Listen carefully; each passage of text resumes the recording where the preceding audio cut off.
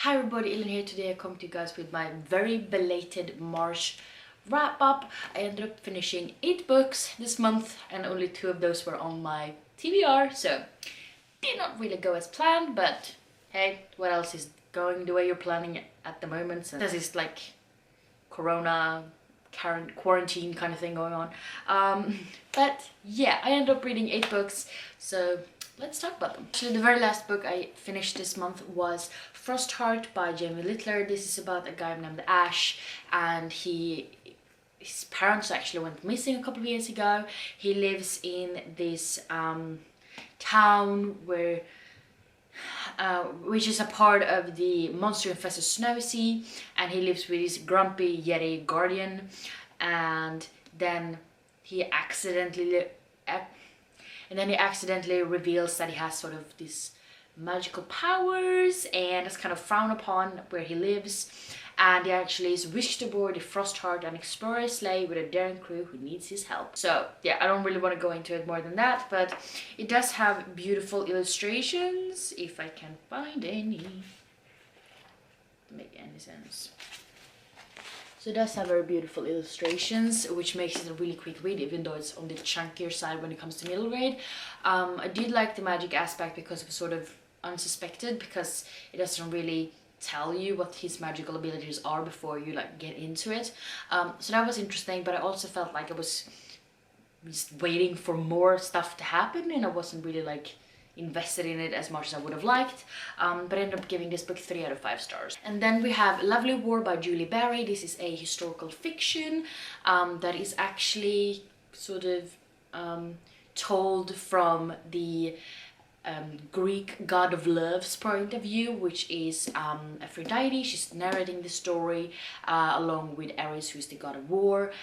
This book takes place between World War I and World War II. We meet 4 different individuals, that is Hazel, James, Aubrey and Colette. Hazel and James meet the day before he's shipped off to the front to do, military service. And then we meet Aubrey, who is actually a soldier, but also plays in this sort of military band, and Colette, who works for the Red Cross along with Hazel. Actually, that's how they know each other. And Colette has like the voice of an angel, and people start to like each other. I really do love historical fiction. I haven't read it often enough lately, but I'm really getting into it again, and I just flew through this even though it's quite chunky.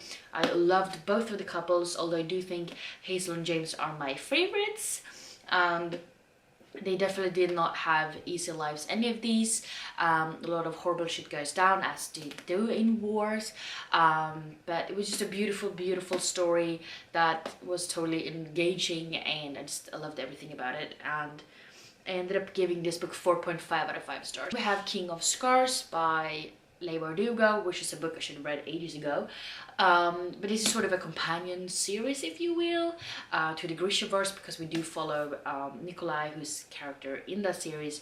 We also get a character from the Six of Crows duology. And this book, I knew pretty much nothing about it except that those 2 characters were in it. I didn't really know anything else because I didn't really look it up. I thought it's those characters, it's Leigh Bardugo, what could go wrong?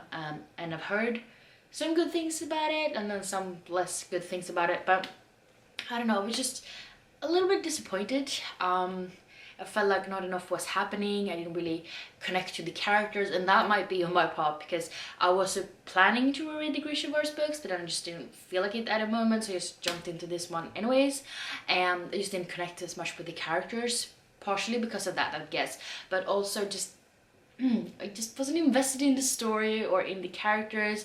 I was just waiting for something to happen, and I mean, shit did go down, don't get me wrong, but it's just something was missing. I ended up giving this book 3.5 out of 5 stars. And when I said that I read 8 books, I technically mean 3 books and then 5 graphic novels. So reading has been slow this month, for sure, but I did end up reading volumes 5 through 9 of Saga by Fiona Staples and Brian K. Vaughan. I do love the illustrations they have in these series, and as you guys know by now, I'm not the biggest fan of graphic novels, usually, but this is one of the series I really do love.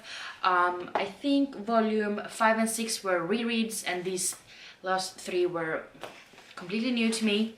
And this pretty much is about a couple. They both come from different planets or moons, and they are sort of a forbidden love, kind of Romeo and Juliet kind of love thing going on, and both of their people are trying to take them out and kill them, but she ends up getting pregnant with this child who's half each, and that is really frowned upon, and they're sort of on the run because people wants to kill them. So I really do love this series, and I do hope there's more coming, because I feel like it is, because that definitely ended with a bang in the 9th volume. But yeah, I think I have some different reviews about it.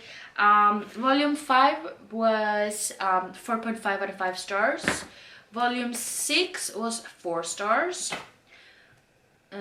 Volume 7 was 5 stars. And volume 8 was 4.5 stars. And then volume 9 was 4 stars. So it's kind of a up and down thing going on, but they usually do end up 4 stars and above, so it's pretty darn good. And yeah, those were all of the 8 books or graphic novels I ended up finishing. I definitely hope it goes better in April. As of filming this, I can say it really does not go better at all.